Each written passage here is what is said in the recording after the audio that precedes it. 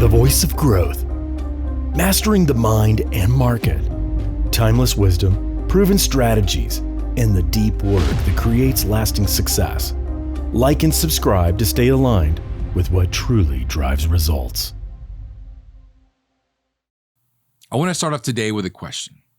What does it look like when a country decides, when it truly decides to stop being defined by one thing? Panama has been defined by the canal for well over 100 years. And look, the canal is extraordinary. It moves dozens of these massive vessels through it every day. 180 shipping routes connecting 1,700 ports flow through it. By any measure, it's one of the most consequential pieces of infrastructure in all of human history. But here is what I witnessed on a recent trip to Panama. This is a country that is no longer willing to be defined by the canal. It's going beyond its geography and history.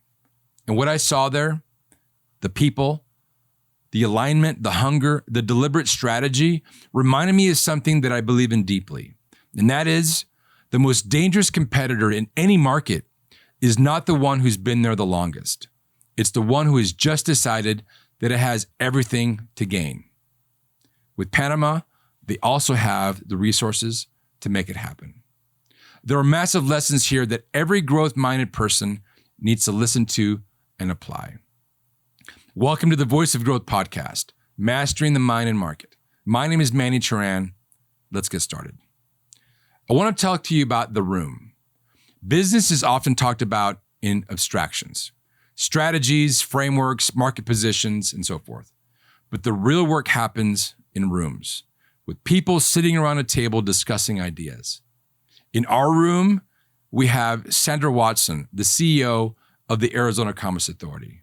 She's a woman who's spent over 30 years driving economic development and has personally attracted over 2,100 companies, representing $300 billion of capital to the state, to my state of Arizona.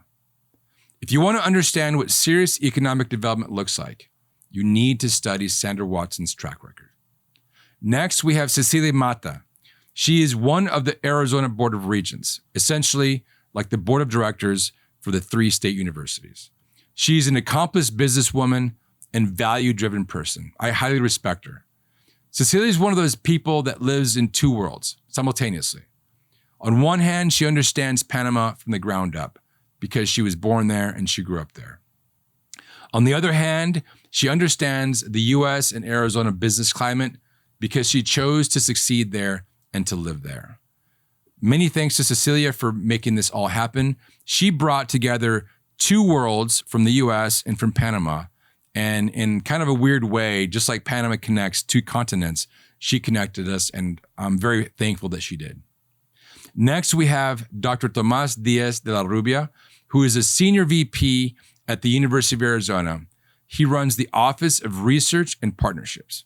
His presence in our room embodies the seriousness and the gravity of the matter at hand, and how important this is for the University of Arizona and the state at large. Next, we have Charles Chadwell, the Dean of the College of Engineering at Northern Arizona University. We have many others here in the room that represent academia, government, and industry. Many of us were invited from industry so we could all understand what's happening there and see what's coming next. This is a room worth paying attention to. This is not a room of tourists or tire kickers. This room is full of people asking, what are the opportunities? Where are the partnerships? And how do we build something here that's real? This should be an awakening to you as a career-driven person, as an entrepreneur, as a business leader. Who is waiting in your room, and what ideas are you discussing? So let's talk about what Panama is actually building. Let me give you the facts, because in my book, they are genuinely compelling. Panama has launched what they are calling the National Agenda for Advanced Technologies. And they're putting down $105 million committed by the government, from the president, Jose Raul Mulino, down to his secretary, Dr. Eduardo Ortega Barria, who is the director of Senacit. Senacit is their National Science and Technology Secretariat. The focus, artificial intelligence and semiconductors. Now, you might be thinking, small Latin American country, semiconductor strategy, you might be skeptical, I get it.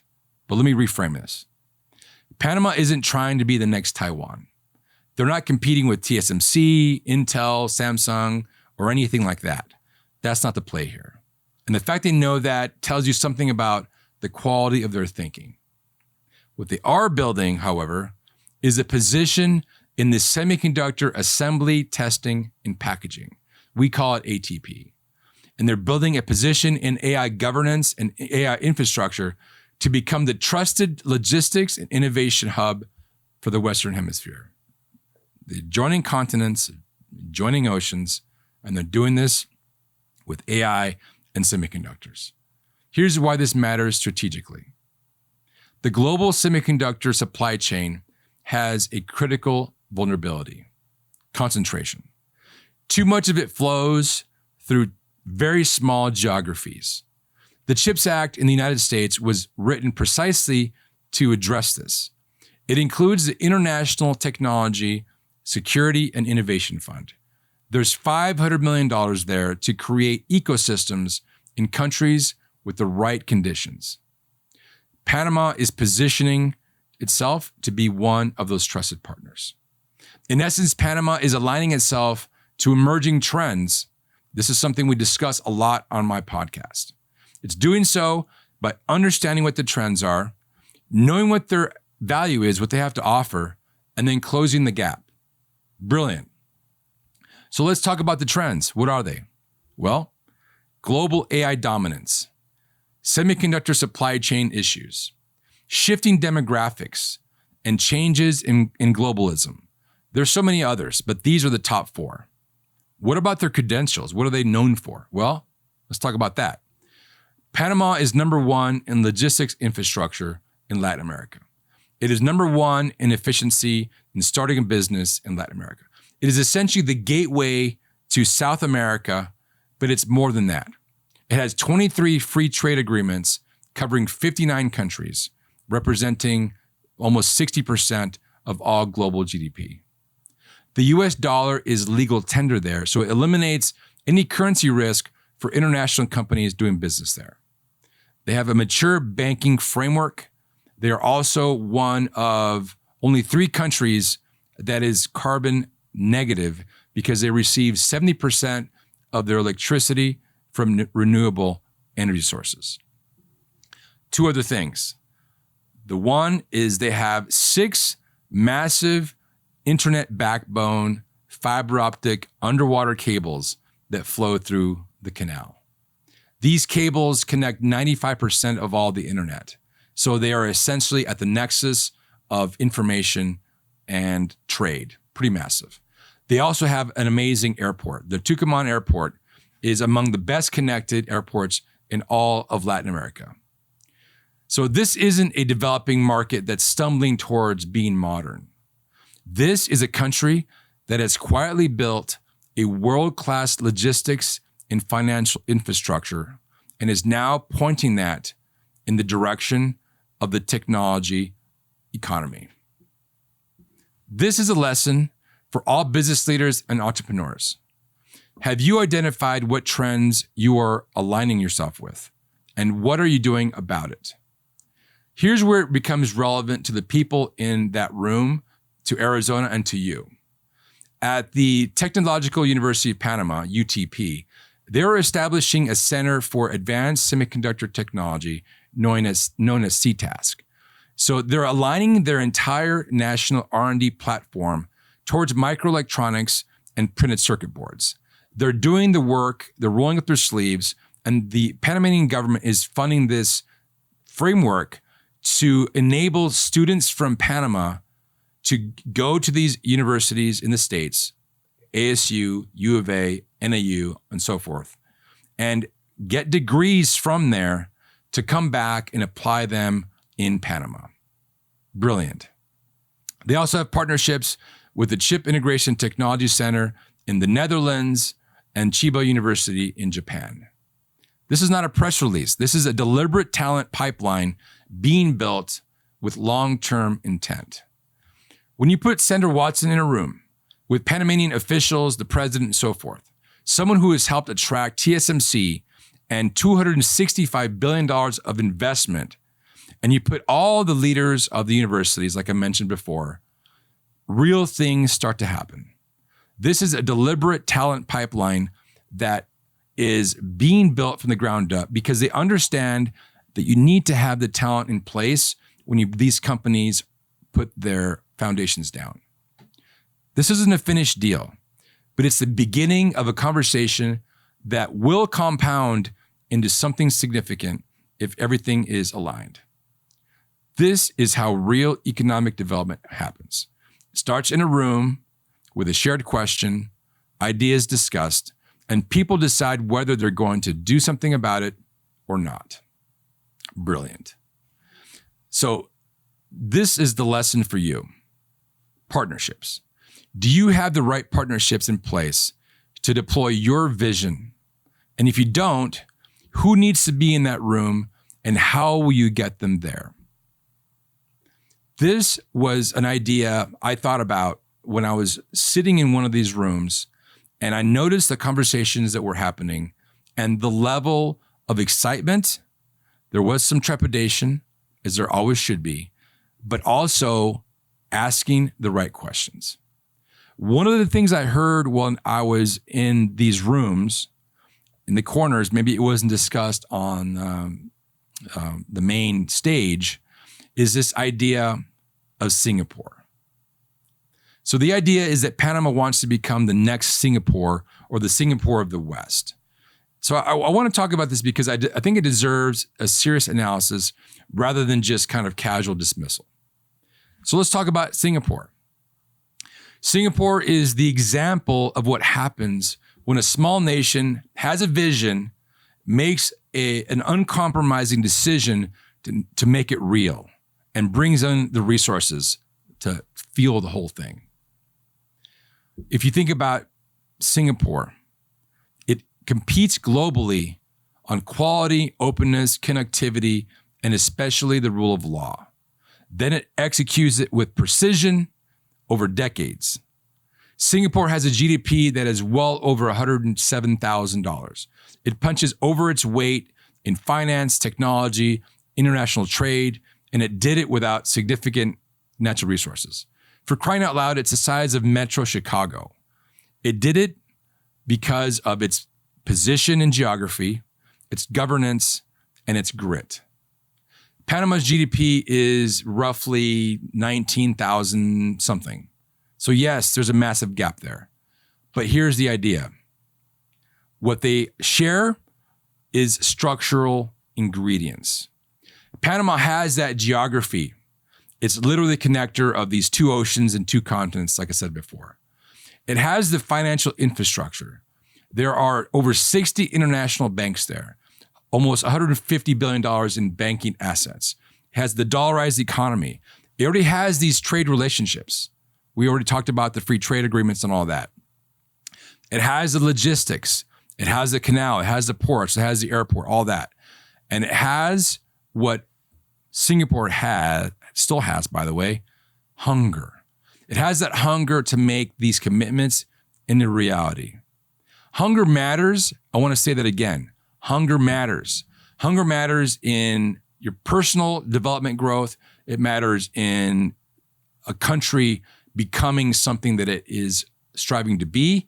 It all matters. One of the things I observed across companies, markets, and people is that this hunger is often the difference between those who arrive and those who don't. Skill matters. Resources matter. Strategy matters. But hunger, genuine urgency, is that conviction that you cannot afford to remain where you are. That's the fuel that is hard to manufacture. Panama has it. The question for you, how badly do you want it? Survival for you, or is it just comfort? Is this an identity or a costume for your ego? Are you hungry enough to break free of whatever you're dealing with, your own ego, to go to higher levels of success and prosperity. I want to step back for a minute and talk about what I witnessed through this business lens because of this trip. This is where the most transferable lessons live. Lesson 1, vision. Vision that actually aligns to resources is rare and very powerful. Most organizations have vision statements that look like something on the wall, but very few have resources that back those visions up. If you look at Panama, they are committing $105 million behind this vision. They're funding talent pipelines through these international scholarships. They're changing the regulatory framework to create this AI governance framework that is opening the doors for business. They're actively partnering with Arizona, the Netherlands, and Japan. This is alignment. That is what it looks like when a vision is more than just a poster on the wall. We'll see in the coming years what happens actually, but what I saw there, what I saw with my own eyes, the conversations and those rooms I was in, this is vision being realized. So the question for you, is your vision and resources aligned? Are you doing what it takes to make your vision a reality? Lesson 2, culture. Culture is revealed by what people actually do, not what they are told to do. I learned this lesson many years ago by a gentleman that I admire very much that worked at Raytheon, and he talked about culture is what people do when no one else is looking. You can have your employee manual tell you what to do, but culture is what's happening in the break room. Culture is what's happening in the machine shop when no one else is there. If you look at the culture in Panama, it's open for business. They've built all these free trade zones and created special frameworks specifically to attract foreign multinational investment. Their regulatory posture towards AI is a risk-based framework and not a bureaucratic wall. They're aligning their internal elements like a workforce development engine and are creating business regulations to make it easy for international companies to move there. The idea with culture is that it needs to align with your core value. Culture is not what leadership says it values. Culture is what it consistently makes into reality. So the lesson for you is your culture really ready to support your vision? Or are your biases and ego putting the elephant in another room? This question about culture is something that is extremely nuanced, but very powerful. Get your culture figured out. Lesson 3, people who build bridges between worlds create enormous value. Protect them. We talked about Cecilia Mata. She's the one who organized this trip because she's Panamanian. She's also a U.S. citizen. She is a brilliant person, and she saw this opportunity to bring these two groups together. I look at people in my world that are bridge builders, and I protect them because I understand that having people like that in your life, having people that see the vision on both sides of the mountain, are ones that are prime movers. And just like the people in Panama that she brought to the table, they themselves are bridge builders as well. So you need to look at in your situation, who are the bridge builders? If you look at the Panamanian side, Dr. Eduardo Ortega Barria, up on stage like a damn TED Talk, was deploying this AI and semiconductor strategy. You have others like Juan Jose Pimentel, Walter Cohen, many others who are all bridge builders among the Panamanian side. Nothing will ever happen unless things reach a critical mass. And we underestimate how often those things begin with one person. So for you, who are the bridge builders in your world? Are you the bridge builder? Either way, you need to spend careful attention to these people. your business needs it. You know, I've talked about this on my show before, the idea of a weak signal. When I worked with Adam Hartung, we discussed trends, these big global trends. And we often got asked, like, how do you figure out what these trends are? Well, sometimes they're plain as day, like on a headline of a newspaper. But other times, they come in the form of a weak signal. These are early indicators that something significant is forming beneath the surface, out of plain view. The weak signal from Panama is the semiconductor supply chain is being redesigned, not gradually, urgently. The U.S., through the CHIPS Act, is actively funding these allied nations to build trusted technology ecosystems. Panama already has the framework.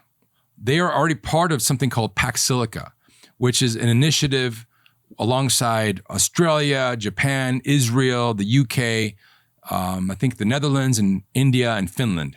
This is a multinational agreement that's protecting critical supplies and minerals for technology, for readiness and security. They are already building that academic infrastructure I mentioned before. They are attracting the partnerships from industry, and they're doing this with a population of just over 4 million people. Think about that. A country that is half the population of Arizona is making a deliberate national bet on one of the most consequential technology transition in our era. And it's backing it with capital, with institutions, and with international partnerships. This lesson for every entrepreneur should be clear as day. Scale is not required to act decisively. Clarity of vision and willingness to commit are. Panama is demonstrating both. Let's break this down. If you are in business, no matter what size you are, that is not holding you back from acting decisively.